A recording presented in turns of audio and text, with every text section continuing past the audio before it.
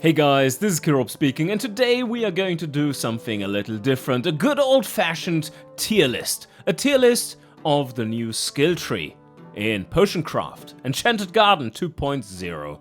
In the version that you see right there, ST 2.012. I am pretty sure that this balance isn't going to be forever, because there are some, let's say, smaller and larger issues with it. But the foundations that are here are fantastic, and it's such a nice addition to the game. So I'm hoping that they are going to fine-tune it a little bit.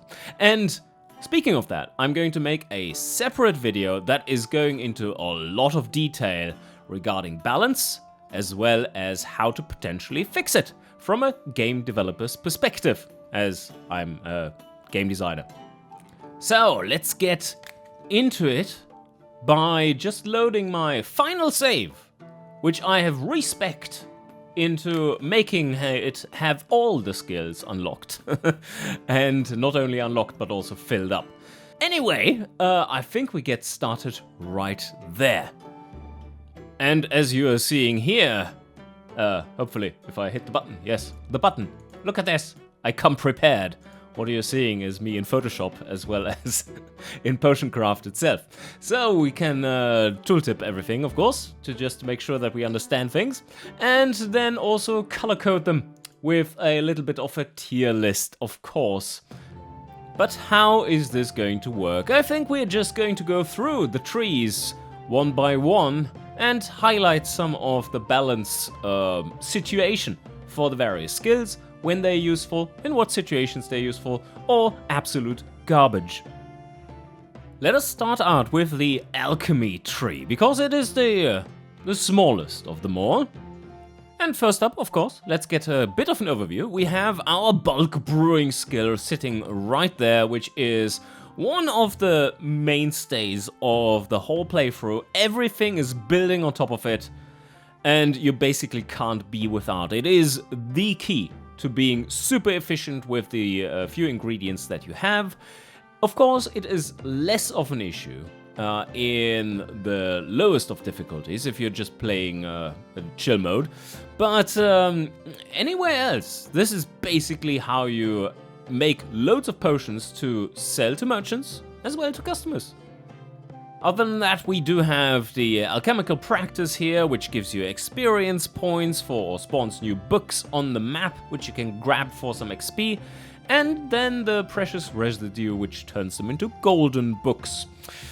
Right, map visibility is there, and then if you fail a potion or abort it, you get back some ingredients with the pull it out and restore sword skills, as well as the last one being Sword Specialist, where just the amount that you generate when you make a sword is increased.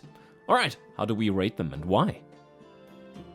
As I said, bulk brewing is basically the most important thing in the game.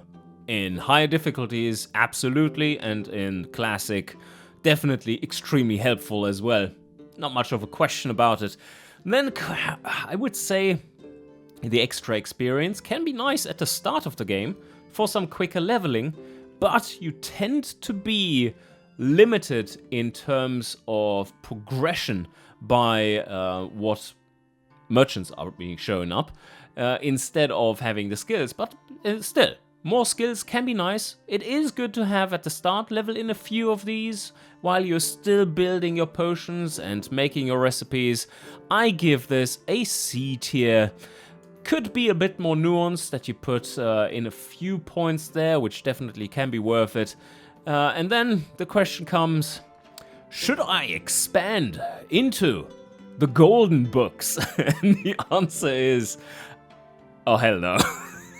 This is our first trash tier skill. But why is it, Kirop? Why is this one so bad? The simple answer is that a normal base book, level 1 book, which gives 60 experience, gives you 1 gold. The biggest, the bestest book, the most insane book you can grab on the map, if that one turns golden, you get 12 gold. So this is hilariously bad. So this is just complete trash. Doesn't change anything. It's just a waste of 3 skill points, really. But then there is something that is a little bit more nuanced than that, and that is visibility. You do want to be able to see where you're going, especially while exploring. This is completely irrelevant in the late game, the visibility here. It basically increases the radius of what you can see. And note that increasing the radius will scale the area that you see quadratically. So it is, if you linearly increase the radius, it is going bigger and bigger real quick. This one goes all the way up to 300%. That is a little much. And let me just illustrate what that means, because I think I do have something that I can do here. I still don't have... Oh yeah, right. Down in the corner here, right? I don't have that explored. I was at the Stench Potion with level 10 in that skill, but not with the new level 20. Just to show you how insane that radius actually is, let's brew a potion. And head right over there, Stinky Potion, and continue brewing from here. As soon as I move, you will see the radius, the true radius. And, boop. So it is basically you move a little bit and you see the half of the map there. So it is crazy. The question is it useful? The answer is not really, because if a thorn stick goes that far, just for reference, this is like more than 2 thorn sticks, probably 3 thorn sticks worth at least of a visibility radius. That's just not necessary. So what do I give this one? Well, let's go all the way around. I would say a few skill points put in here is definitely S tier. It is superb, because you need it, you can't be flying blind. And then, even if you know the map, it's like, oh damn, some little details that are easy to miss. But then putting in more and more skills is more and more questionable, more and more a noob thing. And then it's becoming a little trashy towards the end. But what do we think about the saving the ingredients effects here? Saving the ingredients as well as saving the salts. Well, depends on your playstyle and depends on how much exploring you want to do. If you take them early on, and then you do lots of exploring and tinkering with potions and recipes, then I would say they are actually somewhat decent, because they are saving you 75% of the ingredients invested, apart from the first ingredient, but 75% of the salts, that's a lot. But you need to fail a lot in order for that to matter. You can go on scouting trips and basically waste everything that you have, and then just nuke the potion and get back 75% of it. Quite nice. So you have to complete the potion. It's not that you can... Oh well, no, you can. You would be able to potentially cancel it after you have gotten the effects, so that you know which ones they are, but it wouldn't count towards your completion of the chapters either way. So I don't think they're actually worth it. The only argument where they would be really strong, and that's exploration, is not really that valid. So depends on playstyle. I would say they are at best C tier. Yeah, I can give them C tier, but no more. I would probably, for myself, put them at D or even trash. Don't need that. What about the salts? Well, this one is tricky. This one is tricky to answer because it also very much depends on when you get it. If you are going to get it after making the moon salt, I would say it's useless. Pretty much useless. If you get it before making the moon salt, then yeah, it's pretty good. Because moon salt is basically what you need throughout the game, and the first batch that you're going to brew is what you're going to use the entirety of the game. Unless you somehow play for that long that you need more salt, I wouldn't know why. But yeah, this one, pretty decent. Pretty decent. It gives you a lot more salt, plus 200%, is very significant. Saves you quite a bit of resources. But now let's have a look at the garden, because that one is certainly a very large feature that has been added to the game, and it is kind of crazy how much this one affects every other decision that you make. It is as overpowered as it is tedious, and you can basically get away with making billions of money in this. No, not literally billions. It's just the merchants that are going to make billions off of your potions that you sell to them for $10. Let's talk about the baseline here first. You do have the herbalism, which is just giving you extra harvest, and then we have mushroom harvesting is the same thing, and crystal harvesting being the same thing for crystals and mushrooms respectively.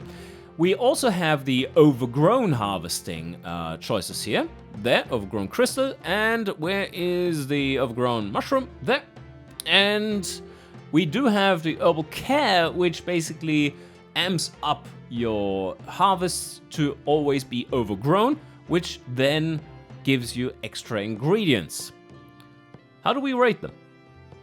I would say it's pretty clear, because the garden is such a powerful tool to generate all ingredients, and especially in the early game where you are really struggling to get a foothold with ingredient prices being quite high on higher difficulties, reasonable on lower difficulties, but you still have to get past those.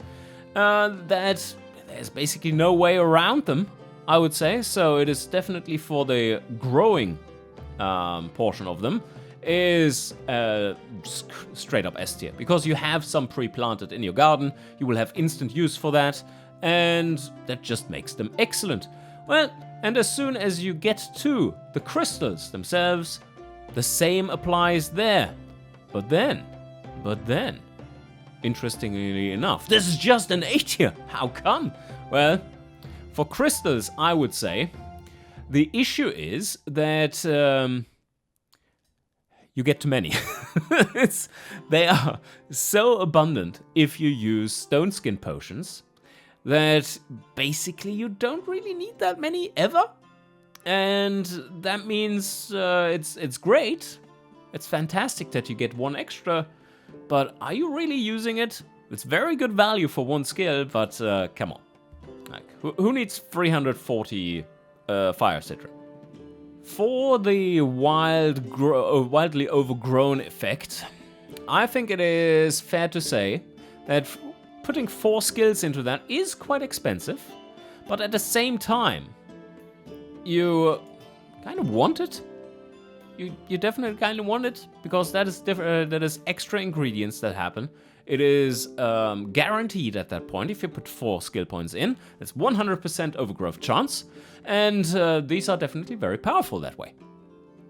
But there is one skill in here that is double S tier. I'm going to just mark it S tier, but it's double S tier because it's so overpowered and so stupid that I think it should be taken away. Now, quite a bit changed actually, but it just nukes the game mechanics from orbit, and that is fertilizing your potions. That is right. This one allows you to fertilize your herbs and mushrooms with wild growth potions. It is at the start of the game, right at the start, like the first few days. It is fun and gives you lots of extra ingredients, which you really need. But then you notice after 2 or 3 days of in-game time that you kind of have to do it to stay afloat, to play optimally. Not only optimally, just to hang on. And that makes it like completely overpowered, as well as one of the stupidest skills on the board here. But what about the main line? Well, of course you want to be herb planting and mushroom planting and crystal planting. As soon as you have bought any of them, you need to have a skill point put into those so that you also can plant them. Also, as soon as you get the seed harvesting, very powerful in the longer run. And what we should be saying here is, yes, the chances are working the way they are intended. You have a 40% chance of obtaining something if you have 5 herbs growing in your garden and you harvest them twice each day. Then for each day, those 5 herbs have a chance of 40% to give you at least 1 seed. That is pretty significant. It's 5 skill points of a sink, but it is definitely worth it in the longer run. So get into this one pretty early on. Alright, let's mark them. Of course you need to have planting, and just 1 skill point in that makes perfect sense. The same for mycelia, as well as crystals as soon as you have unlocked the crystal cave. And getting them seeds is, while not entirely a must-have, it is pretty close to being. And the same goes for mycelia, as well as... there they are. There they are, as well as the crystals. This can be argued even to be down at B tier, because once you're at that point, you really don't care that much about getting more crystals. Like, if you have 1 of each kind, that is already plenty. So, can be argued that this one should be lower down. There's one I forgot here. The cave. The cave, very useful. The second upgrade you unlock for the garden. Plenty more growing room, especially for your mushrooms. So that will come in handy. The pond is great as well, but it can be argued that this one is a little worse, because this could be dropped at B tier actually, because this is probably only about the actual water plants. If you get any, depends on what the merchants are selling to you. So you might never run into them, which would be a shame, because it can be quite useful. Then we have the skills that allow you to dig out a plant with build mode and place it somewhere else. That basically only comes in handy once your garden is full. And all the caves are full and stuff, so that you need to rearrange, make something a little bit more efficient and so on. Is that good? Yes. Is it a requirement? Not really, but it is helpful. And I certainly think that for herbs, as you are going to max those first, it is very helpful. For mushrooms also, yeah. For crystals though, really? Do you need that? Do you really need that? I don't think so. The crystal cave is so large that you can place a lot of stuff in there. And why would you replace them then? I've never run into the situation where I needed that for a full playthrough. So, yeah, right. But what about, Kirop, what about the grave truffle skill? Are you kidding me? Has any one of you actually seen that one being sold? Well, I haven't. But that doesn't mean that you won't be running into it. If this one is being sold to you, this is a clear, if it is being sold to you, get that skill immediately. Because the grave truffle is great. But the skill, because it's so specialized, I have to put it in D tier. Well, and then we have the fertilization for the crystals. Stone skin potions, being able to double harvest crystals. Of course, this is S tier, because it's ridiculously overpowered. Because stone skin potions cost nothing. 2 ingredients. It's even cheaper than the wild growth, so which does take 4 life leaf. You say there are not that many skills left. Do you have anything else to offer than S tier and A tier and some D tier, Kirop? The answer is yes. Let's talk about the growth skills. Where do you think they belong? Well, I put as stupid as not stupid, naive as I was during the early times of my playthrough, not knowing the mechanics fully, I thought these were actually relevant. Growing your herbs quicker? Yeah, sounds good, mate. Growing your mushrooms quicker? Oh, yes. Growing your crystals quicker? Oh, yes. But then it turns out that you're just fertilizing them to death anyway, and on day 1 you can harvest them twice. Growth never comes into the picture unless you are playing right there on day 1 without making wild growth potions. And not having the skill. Or that skill, for that matter. So the answer is, this is our second, our third, and our fourth trash tier. This is awful. Complete waste. And now, let's talk about gold. It's currently sitting at $2,640 an ounce. And in the game, well, you get a lot of it. In real life, probably not so much. And once you get that skill going, lots of crystals going, you need lots of crystals for that to matter, you are so late game that that money won't help you. It is more decent in terms of amount than what you get there. If you have these 6 skill points maxed out, you get on average something like $15 per crystal. So it's not nothing, it's just that it doesn't really matter at this point. And now there's just one tree remaining, the trading tree. It is the tree with the most points that you can sink into it, and also infinite number of points. But how does it work? Well, of course, the trading skill itself does reduce the merchant prices by 50% and increases your price by, or the price that you get for the stuff that you sell, by 100%. So it is a swing of 4x in overall terms for 20 points, skill points that you put in it. On the higher difficulties, this is basically without it, you won't be ever making any money whatsoever.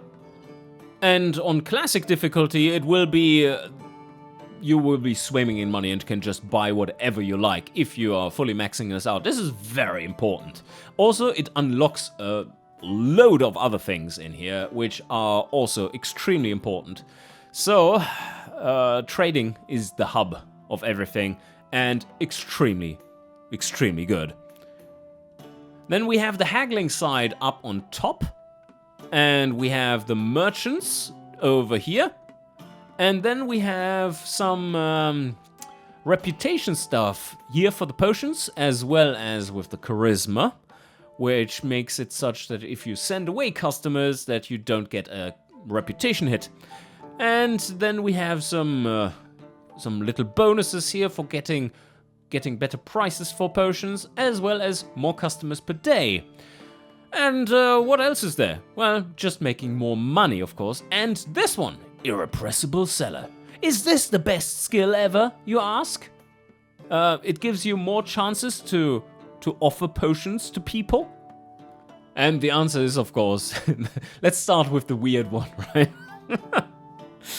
The answer is no, not really. I would say 1 skill point in there if you're unsure.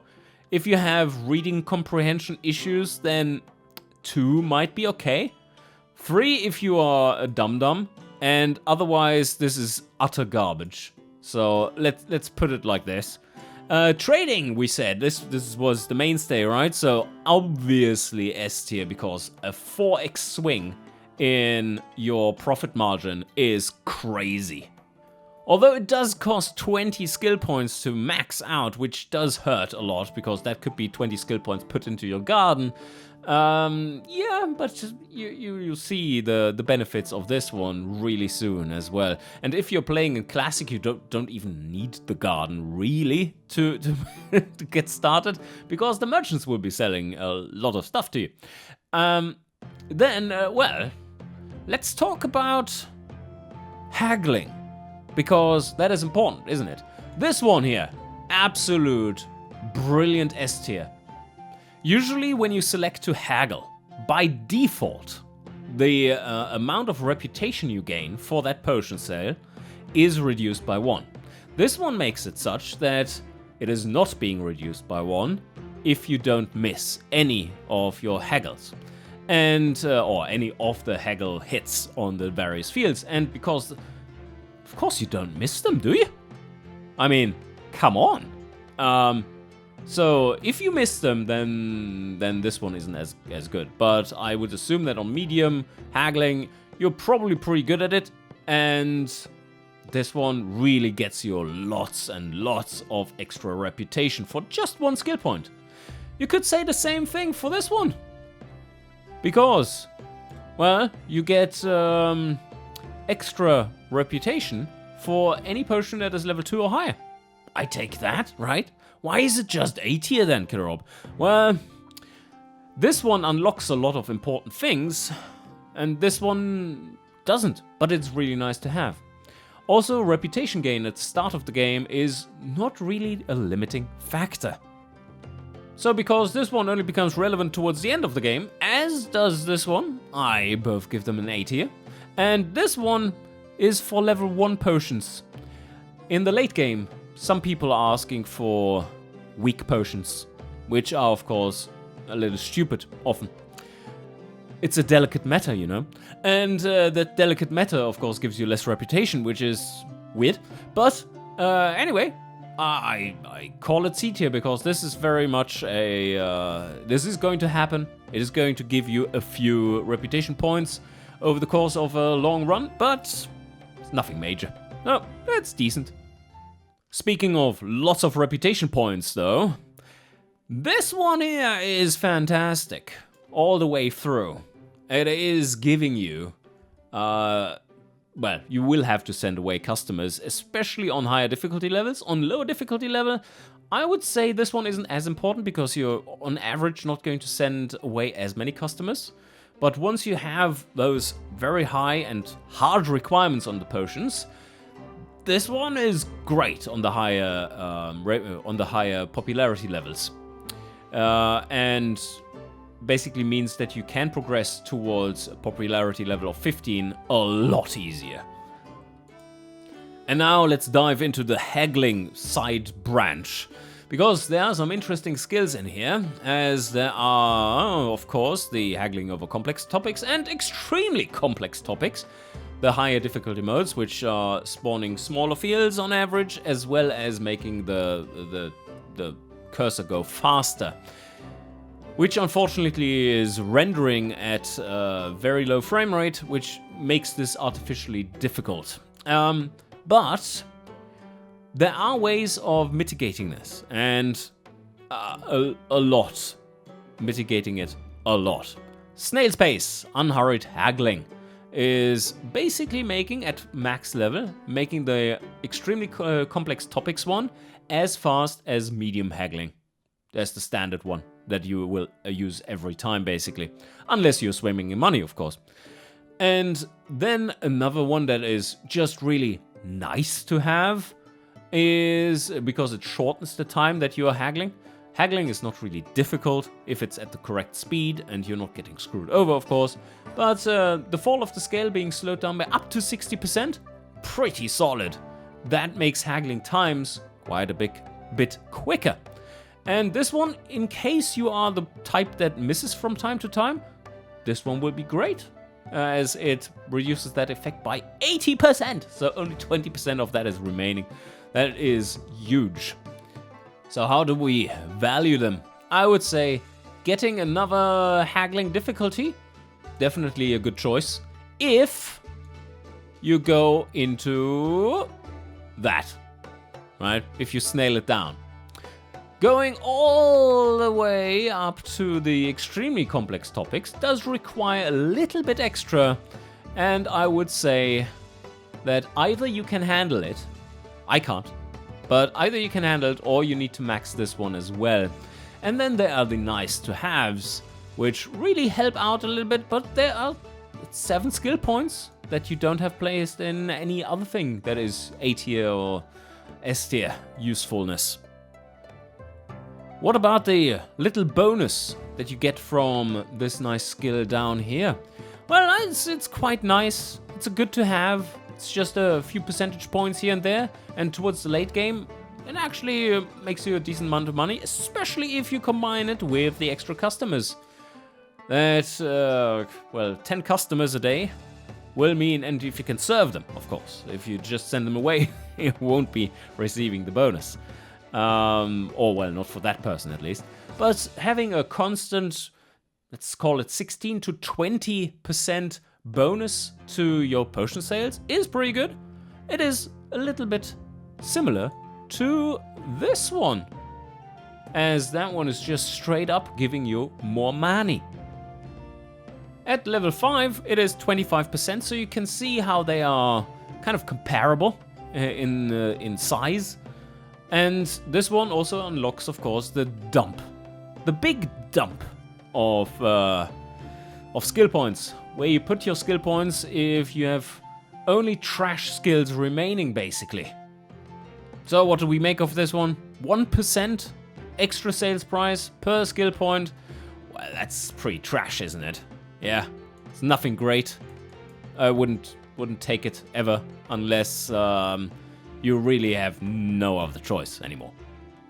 And now let's talk about the merchants. Merchants are very important, of course. They buy your potions. Unlike the customers, they are only buying one. Anyway, there is a skill that makes it more lucrative to sell potions to merchants. 50% extra. And that is at level 2, of course. 50% extra, so 25% extra per skill. If you are playing on a higher difficulty level, this is Mega S tier. You need to have it as soon as possible. This is how you're going to make money. On the other hand, you can also try to extract some extra cash from those merchants, with potion selling, of course. And that is this skill over here. Just gives them a higher pool of available money. Very nice to build up a little bit of a buffer, but you can also easily overdo it, so it's just it's not really a must-have. It's kind of nice, especially if you tend to overshoot a little bit, like I did during my Let's Play. This is feathering a little bit of that blow. And then we have some more merchant skills left. Just 3 more. We're almost done. Friends with merchants. That gives them a larger variety of goods that they sell you. A 25% extra chance to spawn something in a slot, so to say, from their potential inventory.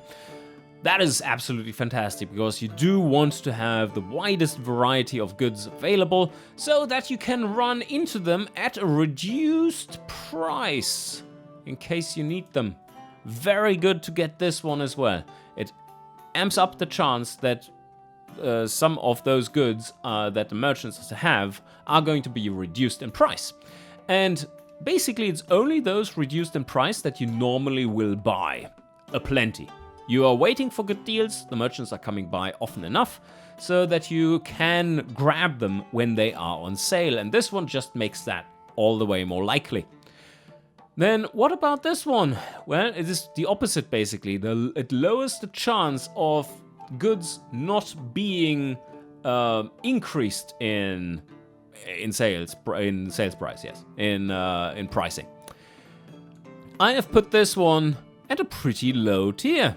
Let me explain why. You usually are buying things that are on sale. You usually are not buying things that are at normal price or at a marked up rate. So this one, reducing the amount of goods that are marked up, doesn't change that much what you are going to buy or not. And there you have it. My rundown of the skill balance, or rather skill tier list, for Potion Craft with the first update of the Enchanted Garden. I think we can all agree on that there are too many S and A tier skills in here, and way too few B tier skills and C tier skills. It is all quite overpowered and either must-haves or some trashes in there. Definitely something that the devs can tweak, and with all the mechanics already being there, that usually is quite easy. Although changing one thing at one spot does change the whole system, which makes it tricky. And for that, I have an entirely different video prepared where I talk in depth about balance and how it potentially can be fixed as well. All from the perspective of a game designer, which is me. And I'm looking forward to you seeing that one. And of course, don't forget to comment on where I'm going wrong in my assessment of these skills in the current balance. Looking forward to those. I hope you enjoyed, and I shall see you guys next time.